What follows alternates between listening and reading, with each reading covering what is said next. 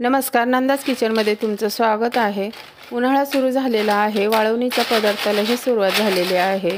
तर आज आपण वाळवणीच्या पदार्थामध्ये पहिली रेसिपी जी बनवणार आहोत ती म्हणजे साबुदाणा बटाटा पापड। करायला अगदी साधी सोपी पद्धत आहे, अगदी नवशिकाऊही पहिल्याच वेळेस सहज बनवतील तेही आवडीने। एवढी सोपी पद्धत आहे, ना साबुदाणा शिजवायची गरज ना लाटायचीही गरज लागत नाही, एवढी सोपी पद्धत आहे। तर चला जराही वेळ न घालवता आपण आजच्या रेसिपीला सुरुवात करूया। पहिल्यांदा इथे आपण 1 किलो बटाटे वजन करून घेतलेले आहेत।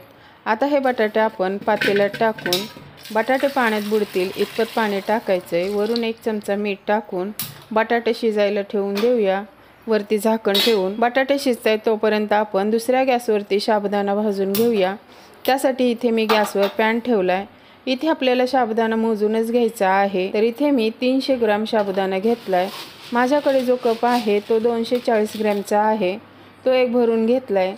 आणि हा छोटा कप 30 ग्रॅमचा कप आहे, तर हे आपण 2 कप घेणार आहोत। एकूण वजनी प्रमाण 300 ग्रॅम झालं। गॅस इथे लो मीडियमच ठेवलेला आहे। आता ह्या साबुदाण्यामध्ये 2 चमचे पाणी टाकून साबुदाणा हलकासा ओला करून घ्यायचा।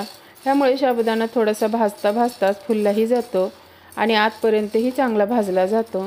साबुदाणा भाजताना आपल्याला लो मीडियम गॅसवरतीच भाजून घ्यायचा आहे, कारण ह्या साबुदाण्याचा कलर अजिबात चेंज करायचा नाही। जसा साबुदाण्याचा कलर आहे तसाच याचा कलर टिकून ठेवण्यासाठी 5 ते 7 मिनिटं छान कडकडीत भाजून घ्यायचा आहे।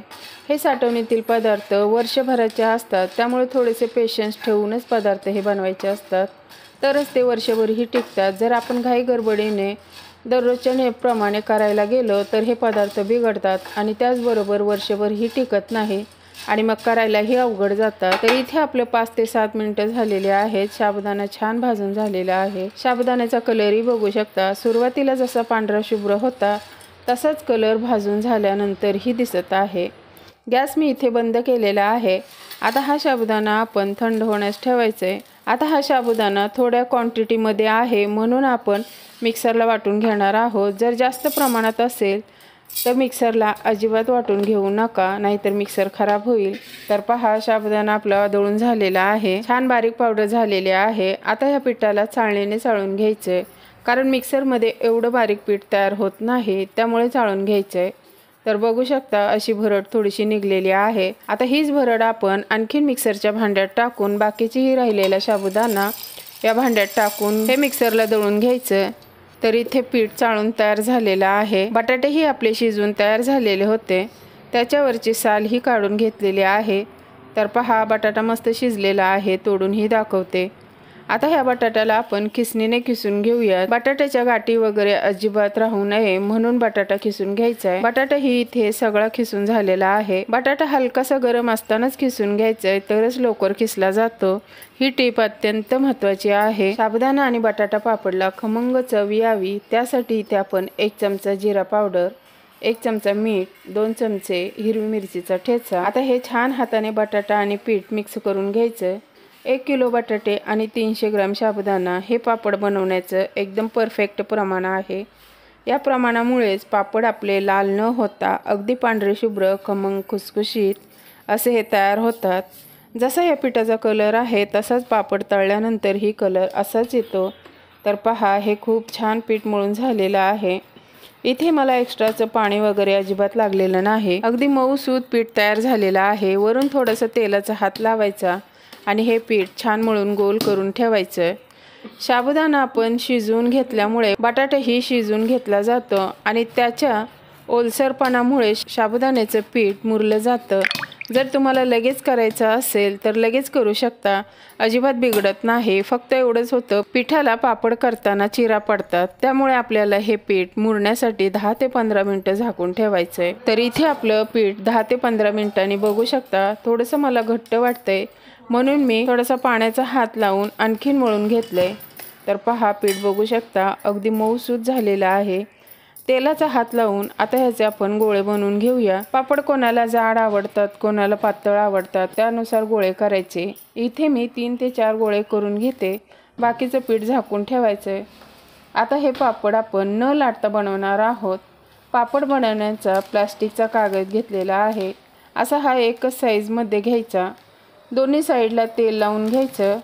तर इथे मी हा कागद स्टीलचं ताट घेतले, त्यावर ठेवले। खालती एक प्लास्टिकचा कागद ठेवून घ्यायचा आणि त्यावर असा हा पिठाचा गोळा ठेवायचा आहे आणि वरती अजून हा प्लास्टिकचा कागद ठेवायचा आहे आणि थोडंसं बोटाने पसरवून घ्यायचं आहे। एक छोटीशी अशी प्लेट घ्यायची आणि त्या प्लेटने प्रेस करून घ्यायचं आहे। तर पहा काय मस्त हा पापड होतंय।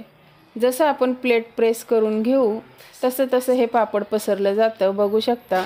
अगदी इझी आहे, अगदी सहज हा पापड तयार होतो काही सेकंदामध्येच। जोडीला जर तुम्हाला कोणी असेल सोबत तर हे 1 किलोचे पापड अगदी 10 ते 15 मिनिटात बनवून तयार होतात।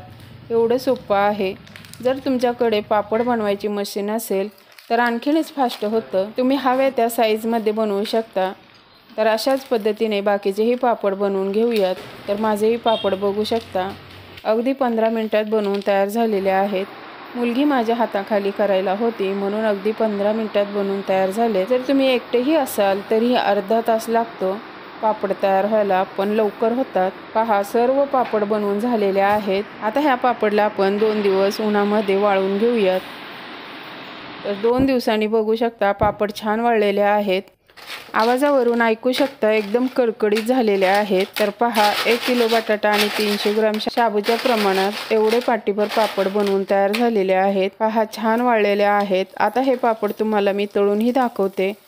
पापड तळण्यासाठी मात्र तेल चांगलं गरम करायचं, त्यामुळे पापडही छान तेलामध्ये टाकताच फुलला जातो। तर पहा मस्त पापड आपला फुललेला आहे। दुसराही तळून दाखवते। अगदी टाकता क्षणी दुपटीने फुलला जातो आणि पापडचा कलरही बघू शकता, अजिबात पापड लाल वगैरे झालेले नाही। जसा आपला वाळलेला पापड होता त्याच पद्धतीने तळल्यानंतर ही कलर दिसत आहे। तरी ते पहा ताटभर पापड मी तळून घेतलेले आहेत। वाळलेल्या पापड्यामध्ये आणि तळलेल्या पापड्यामध्ये फरक दाखवते, बघू शकता केवढं दुपटीने हा पापड फुललेला आहे।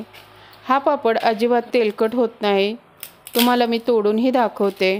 पहा किती मस्त खुसखुशीत आणि कुरकुरीत हा पापड तयार झालेला आहे।